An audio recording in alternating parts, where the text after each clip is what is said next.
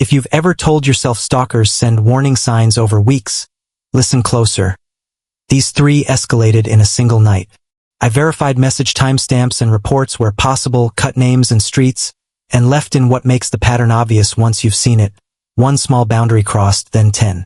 You'll hear real calls to police woven through, the places where voices break or flatten.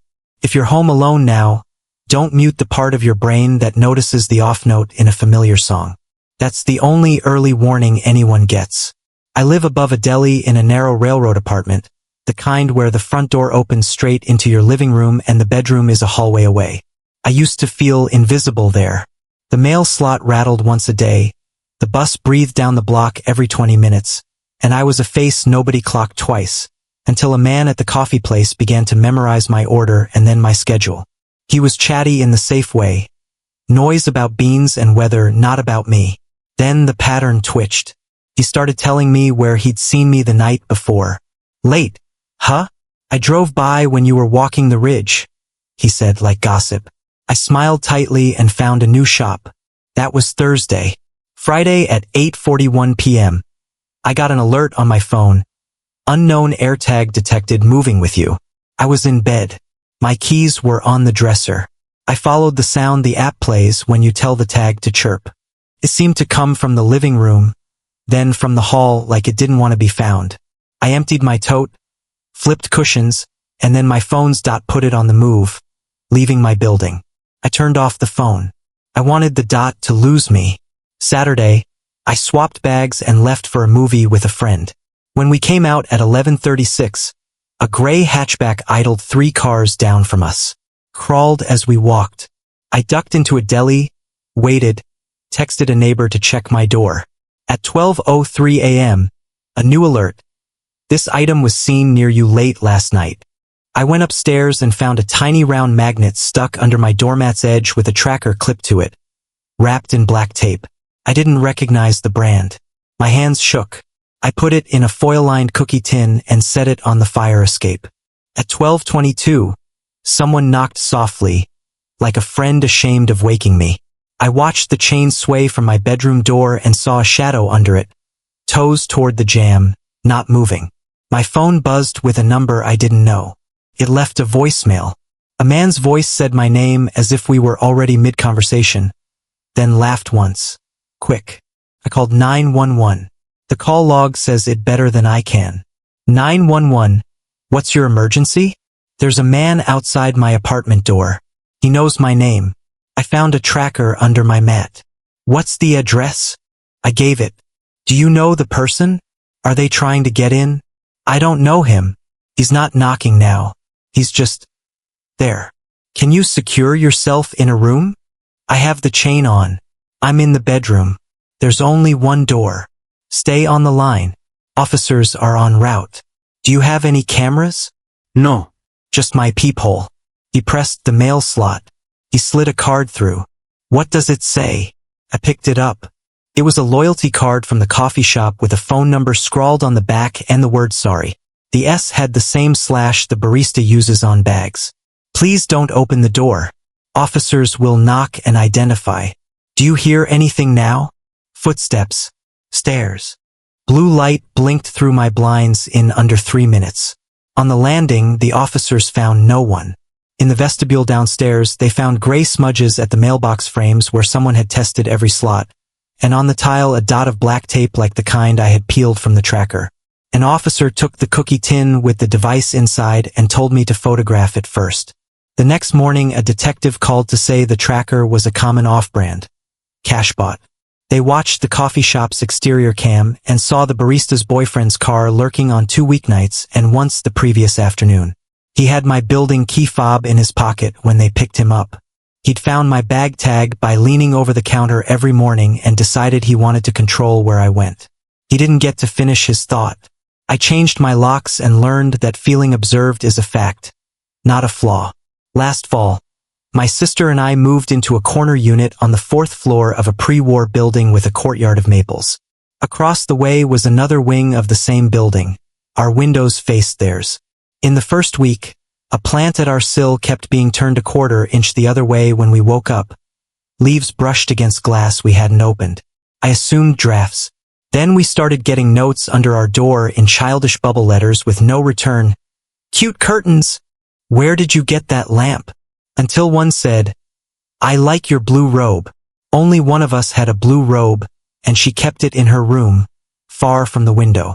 At 2:08 a.m. on a Sunday, my sister woke me and pointed at the living room. The TV was on a menu it had never shown before, the input set to HDMI 2 with a small frame in the corner that said Courtyard Cam. She hadn't touched the remote. I covered the screen with a blanket and called non-emergency because I didn't want sirens to turn our floor into a hallway show. The recording is on file. You can hear the operator talk me through my breathing. City police, non-emergency. We've been getting notes under our door, and now our TV is showing a camera input that says Courtyard Cam. We didn't connect one. What's your address? Apartment 4C Maple Court. Okay. Does anyone else have a key? Just the landlord. He always texts first. Do you have any cameras of your own? No. Can you see outside safely? We can see the other building's windows. Do you see anyone looking in? I stepped to the dark 2 inches behind our curtain and peered through the mesh. A face in the opposite window did the same at the exact same second, like we were one reflection. The mouth smiled. The teeth were too even. The curtain on that side fell shut slow like a stage cue. Yes, I said. There's a man in the opposite unit watching our window. Okay, I'm dispatching officers. Stay inside. Don't engage. We waited without breathing. The TV blinked back to our usual input and then to black as if someone had decided to hide. The peephole darkened a moment later. A round of nothing pressed over it.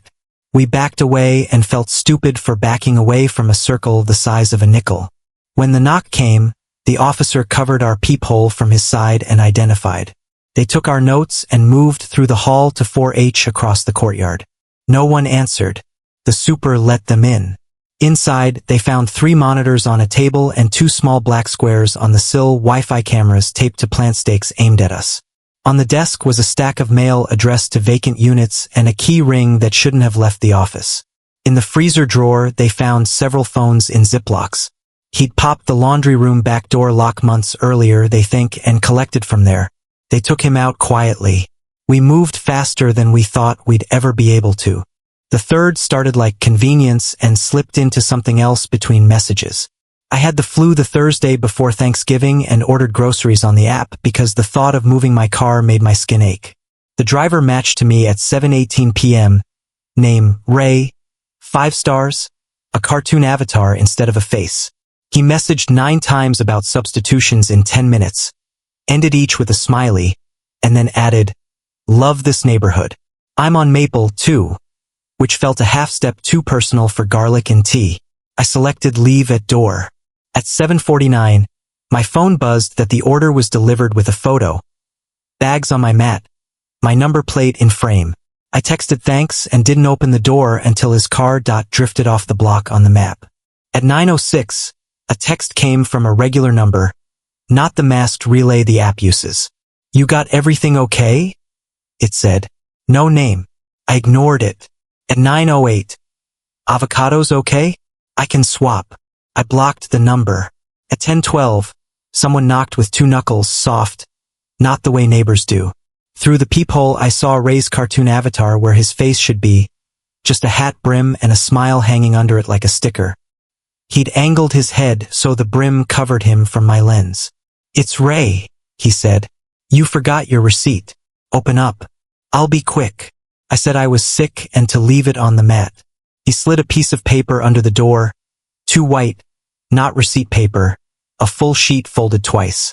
I didn't pick it up. I texted the in-app support that my driver had returned and I felt unsafe. A bot apologized. My fever broke into cold sweat. 10:19, my phone lit with no caller ID.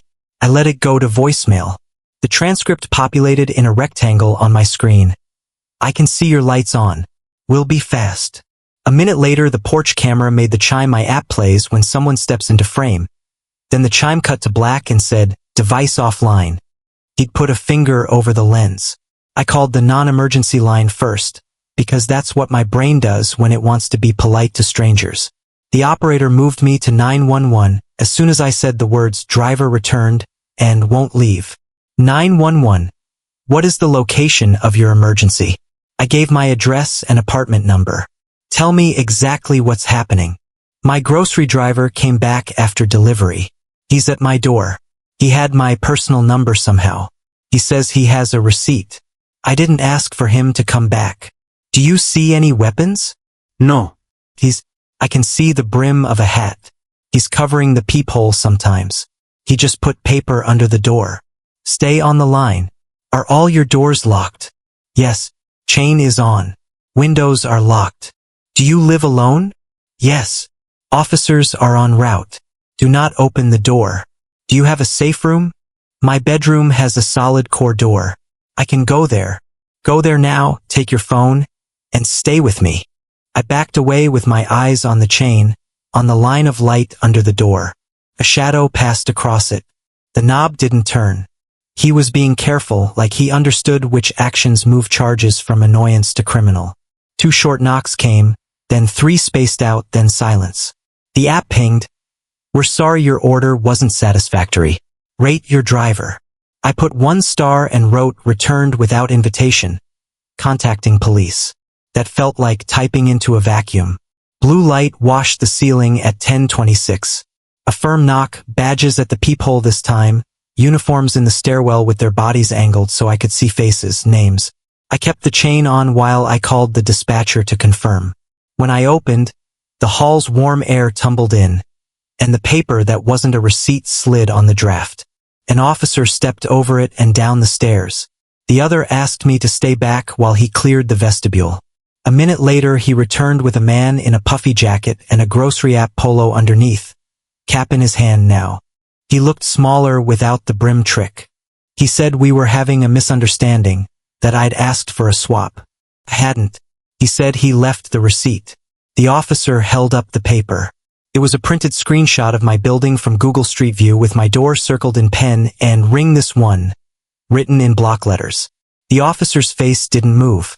He took the man's ID, wrote the incident number on a card for me, and told Ray to leave the property and not return. A trespass warning, verbal. When they let him go, he looked at my door the way you look at a thing you think you own. At 11:01, after the cruisers left, a car idled outside my window for a full minute. Headlights off. I could see only the suggestion of a roofline. No engine passed. It just sat, breathing. At 11:17, my bedroom window sensor chimed the single muted tone it makes when the sash lifts a fraction, the tone I've heard only during battery changes. I called 911 again, and you can hear me swallow halfway through this part of the tape. 911. He's back. The window sensor just chimed. Officers are already nearby. Stay on the line. Do you hear activity at the window? I hear, like a fingernail on glass. No breaking. Move away from the window interior. Put a piece of furniture between you and the entry point if possible. I slid my dresser to block the lower half of the sash, felt ridiculous and then grateful for wood and gravity. In the living room, something light tapped the doorknob. Then the slide of the chain tongue against its plate as if measured with a thumbnail. The operator asked me to tell her every sound. The listing of them steadied me. Tap, slide, pause, breathe. When the knock came, the officer announced himself with the same pattern as before. Through the peephole, I watched him sweep a light along the hall floor. It found a smear like gum near the threshold and a dot of clear rubber at the jamb. One of those adhesive bumpers you stick under cabinet doors. Stuck at lock height where a tool might brace without scuffing paint. On the sill outside the bedroom window, they found a thin length of steel, curved at one end, tucked into the gap between frame and screen. In the lot, the idling car lit its lights and tried to roll. The cruiser pinned it. Inside was the same man. In his passenger seat, 2 more printed screenshots. One of my door from earlier, one of a map with a route to a second address circled. The coffee shop near my work. They charged him with misdemeanor stalking and trespass. The app banned his account, which was one of 3 on his phone. He told the officer he was checking on my customer experience. He said the app encourages care. His trunk held a half dozen printed sheets with circled doors, receipts stapled to the corner. None of this took weeks. It took 4 hours to move from substitutions to my window screen lifting half an inch. The officer told me to get a cheap sensor for the back window too, because patterns don't always stop with an arrest. I changed the door hardware, added a wedge to the sash, and slid my breath back into my chest. People will tell you that paranoia is ugly. It is until the first time it names the thing that's trying to own your night.